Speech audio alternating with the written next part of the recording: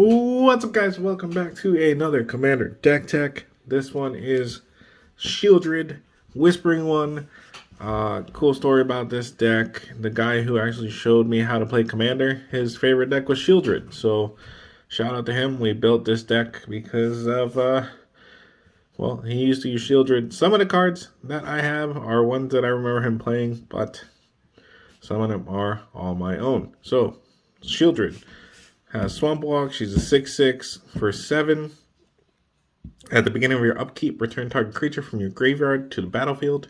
At the beginning of each opponent's upkeep, that player sacrifices a creature. So it's a very aristocrat style deck. We're going to be playing creatures that we don't really care if they die, that we get some value out of, and our opponents are going to be losing their creatures along the way. So let's kick this deck off.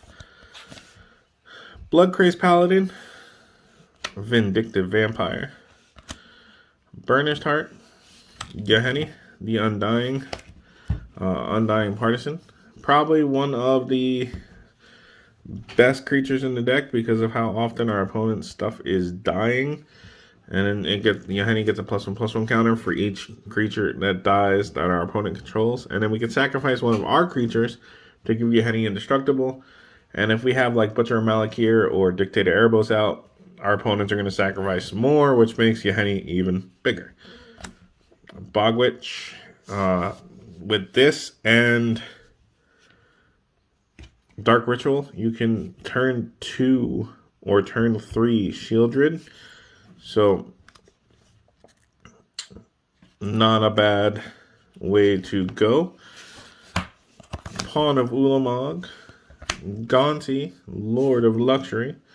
When it enters, we look at the top 4 cards from target opponent's library, exile one of them face down, and put the rest on the bottom of the library in a random order. For as long as that card is exiled, you may look at it, you may cast it, and spend mana as though it were any type to cast it. Gissa. And this card, I am on the fence about. I'm not even going to lie.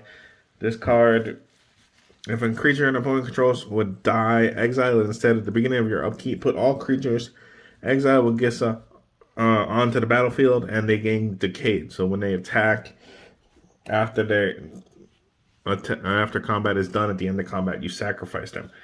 Now, I'm not saying this card is terrible. This card is decent, but there is a lot of removal floating around. So sometimes, if you don't have a way to protect her, all the creatures get exiled, but you don't get to end up getting them if she gets destroyed.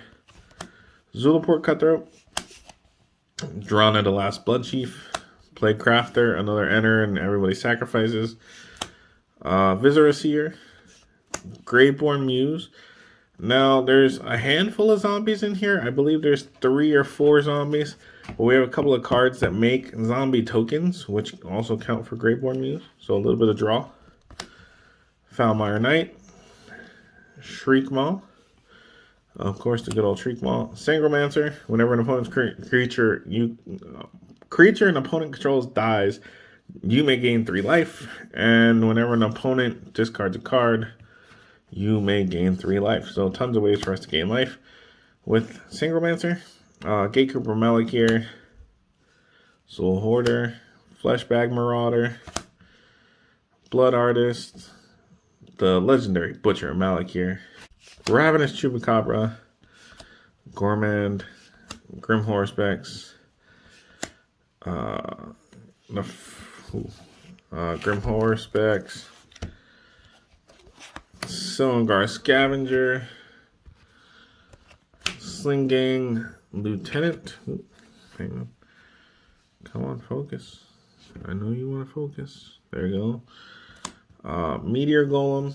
I don't love Meteor Golem, but the utility in it, because once it dies, you can just bring it back with Sheoldred or one of the other graveyard recurrents in the deck.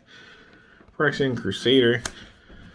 Tormod the Desecrator. Tormod the Desecrator. When one or more cards leave your graveyard, create a tapped 2/2 zombie. This is really, really good for this deck because of what it does. We're running 2 Planeswalkers in this deck. Professor Onyx and Liliana, Waker of the Dead. They're both technically the same person if you watch the story or know the lore behind it, but for all intents and purposes, they are two separate cards. So, these two, the best planeswalkers for this deck, in my opinion. Artifacts, we got Lightning Greaves, Soul Ring, Ashnod's Altar, and Sword of the Animist. Land ramp is kind of hard in black, but we do a lot of attacking, so this helps us balance out our lands. Enchantments in the deck, we're running a Black Market, Bastion of Remembrance, Heartless Summoning to make our spells cost less, our creature spells cost less, Strands of Night, Phyrexian Arena, Omen of the Dead, Phyrexian Etchings, and Dictate of Erebos, classic card. That is the enchantments. For instance, in the deck, we are running Dark Ritual, Village Rites, Altar's Reap, Blood Curdle, Murder, Deadly Rollick, pretty good card. Crypt Insertion, exile creatures from target player's graveyard. You gain 3 life for each card exiled this way. And that is our instance in the deck, guys. Really short and sweet. We are playing a handful of sorceries, though. So let's jump into sorceries. We got Diabolic Tutor for search. Profane Tutor for search. Sign in Blood for draw. Impale, some more removal. Necrotic Fumes, a little bit more removal. Dregs of Sorrow, a little bit more removal. Bantu's Last Reckoning, a nice board wipe. Drown in Sorrow, Ingarrick's Wake, Profane Command, Blood Beckoning, the Polaka Predation. Also, the other side is a land. Blood Price, Dredge the Mire, Dread Return, Victimize, and Rise Again. So that is Sheoldred, guys. This is a really fun commander deck to play. If you have an opportunity to build it, play it, try it out. Let me know what you think. Like always, the link is in the top of the description box, so you guys can go check the whole deck out. If you want to order the deck exactly how I have it, that's all in the link down below. And I will see you guys in the next video.